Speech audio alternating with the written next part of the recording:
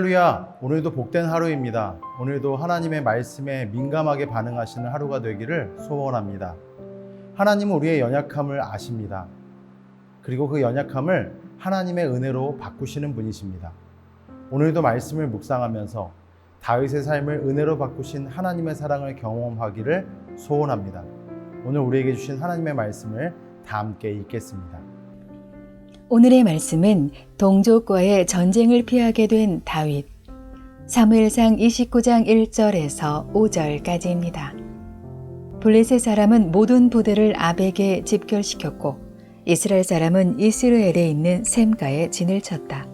블레셋 사람의 지도자들은 수백 명, 수천 명씩 거느리고 나아갔으며 다윗도 부하를 거느리고 그 행렬이 맨 뒤에서 아기스와 함께 나아갔더니 블레셋 사람의 지휘관들이 항의하였다. 이 히브리 사람들이 무엇 때문에 여기에 와 있습니까? 아기스가 블레셋 사람의 지휘관들에게 말하였다. 귀관들도 알다시피 이 사람은 이스라엘의 왕 사울의 종이었던 다윗이요. 그가 나와 함께 지낸 지가 이미 한두 해가 지났지만 그가 망명하여 온 날부터 오늘까지 나는 그에게서 아무런 허물도 찾지 못하였소. 그러나 블레셋 족속의 지휘관들은 다윗에게 분노를 터뜨렸다.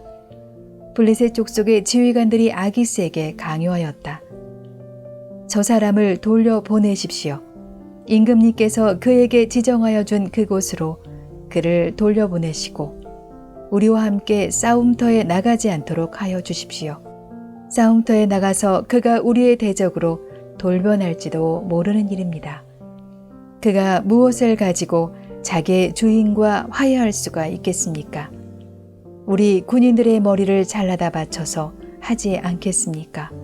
그가 바로 이스라엘 백성이 춤을 추면서 사울은 수천 명을 죽이고 다윗은 수만 명을 죽였다 하고 추켜 세우던 그 다윗이 아닙니까? 사울은 다윗에게 쫓겨 하지 말아야 할 선택을 합니다.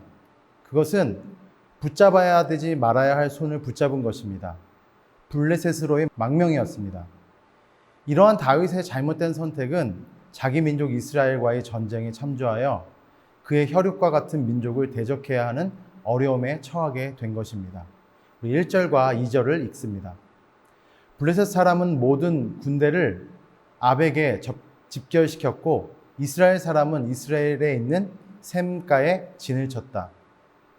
블레셋 사람의 지도자들은 수백 명, 수천 명씩 거느리고 나갔으며 다윗도 부하를 거느리고 그 행렬의 맨 뒤에서 아기스와 함께 나아갔더니 다윗은 블레셋으로의 망명을 해서는 안 되는 선택이었음에도 불구하고 하였습니다. 그는 어쩌면 이러한 결정을 기도하지 않고 했을 것입니다. 이러한 문제가 처음에는 큰 문제로 인식되지 않은 것 같았으나 블레셋과 이스라엘이 전쟁을 치rum을 통하여서 자기 백성을 칼로 쳐야 하는 문제로 다가오게 됩니다. 그는 사무엘을 통하여 기름 부으심을 받았습니다. 그는 후에 이스라엘의 왕이 될 것입니다. 하지만 사울왕의 공격으로 망명하게 되었고 만약 다윗의 생명을 보존하기 위해 싸운다면 후일 그가 왕이 되었을 때 지도력을 발휘하는데 큰 장애물이 될 것이 분명하였습니다. 이렇듯 종종 우리가 타협하는 신앙의 문제들은 후일 우리의 삶을 심각하게 무너뜨리고 영적인 걸림돌이 될 수 있음을 기억해야 합니다. 그러므로 성도는 매 순간순간 기도하며 하나님 앞에 지혜를 구해야 합니다. 우리 3절을 계속해서 읽을까요? 블레셋 사람들의 지휘관들이 항의하였다.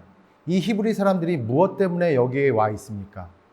아기스가 블레셋 사람의 지휘관들에게 말하였다. 귀관들도 알다시피 이 사람은 이스라엘의 왕 사울의 종이었던 다윗이요.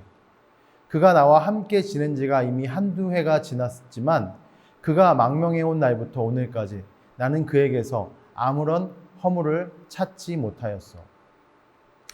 블레셋 지휘관들이 아기스에게 전한 문제 제기는 어쩌면 매우 합리적인 것입니다.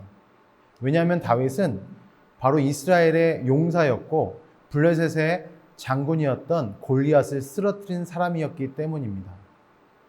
그러나 아기스는 오늘 다윗을 감싸는 장면을 볼 수 있습니다. 그러면서 다윗을 통해서 허물을 보지 못했다라고 이야기하고 있습니다. 하나님은 우리 그리스도인들이 빛과 소금의 역할들을 감당하기 원하십니다. 우리 모두는 빛으로 소금으로 어둠과 같은 세상에, 썩어가는 세상에 빛과 소금의 역할들을 감당해야 하는 것이죠. 신앙생활은 교회 안에서 시작되는 것이 아니라 교회 밖에서부터 시작되어지는 것입니다. 각 사람이 직장에서, 일터에서, 혹은 사업장에서, 혹은 내가 처해져 있는 캠퍼스에서 하나님을 영화롭게 하고 하나님의 선한 영역들을 나타낼 때 많은 사람들이 그를 감싸고 안아주게 될 것입니다. 이러한 다윗의 선한 행실과 바른 행실이 아기스를 통하여서 드러나게 되는 것입니다. 그럼에도 불구하고 블레셋 군장들은, 블레셋 지휘관들은 계속해서 다윗의 참전을 반대하였고, 이로 말미암아 다윗은 이 전쟁을 나가는 그 치욕을 면할 수 있게 된 것입니다. 이로 말미암아서 후일 다윗은 자신의 왕권을 올곧이 지킬 수 있게 된 것입니다. 사랑하는 성도 여러분, 오늘 본문을 읽어보시면서 무엇을 발견하셨나요? 그것은 하나님의 세밀한 인도입니다. 하나님은 종종 우리의 인생 가운데 암흑기와 같이, 침묵기와 같이 응답하시지 않는 것처럼 느껴지는 그 순간에도 세밀하게 다윗을, 민감하게 다윗을 이끌어 주고 계십니다. 다윗은 종종 자신이 고난받을 때 하나님이 응답하시지 않는 것을 토로하곤 했습니다. 그의 시편을 보면 그 다윗의 답답함이 자주 등장합니다. 그러나 하나님께서는 다윗이 알지 못하는 사이에도 블레셋 지휘관을 통하여서 혹은 아기스를 통하여서 다윗을 이끌어 주시고 인도하고 계시는 하나님이십니다. 그리고 그 하나님께서는 우리의 모든 삶을 가장 존귀하고 값지게 인도하십니다. 신앙은 무엇입니까? 이 하나님을 의지하는 겁니다.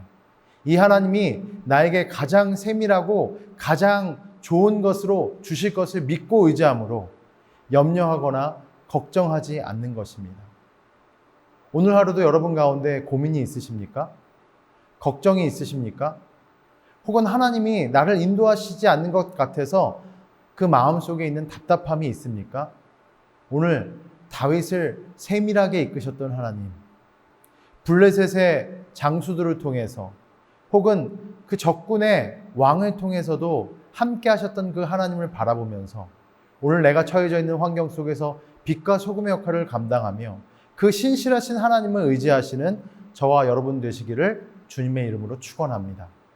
우리 다 함께 기도하시겠습니다. 사랑의 하나님 감사합니다. 우리의 모든 삶이 하나님의 중심 속에 있음을 고백합니다. 때로는 응답하시지 않는 것 같아서 우리의 마음이 답답할 때에도 하나님은 끊임없이 일하시고 역사하시는 하나님이신 것을 믿습니다. 하나님, 우리가 세상 속에서 빛과 소금의 역할들을 감당하게 하시고 우리의 모든 삶이 하나님 앞에 영화롭게 쓰임받아지는 귀하고 존귀한 인생 되어질 수 있게 인도하여 주셔서 나를 인도하시는 하나님, 나와 함께 하시는 하나님을 매 순간 고백하는 믿음의 사람 되게 하여 주옵소서. 예수님 이름으로 기도합니다. 아멘.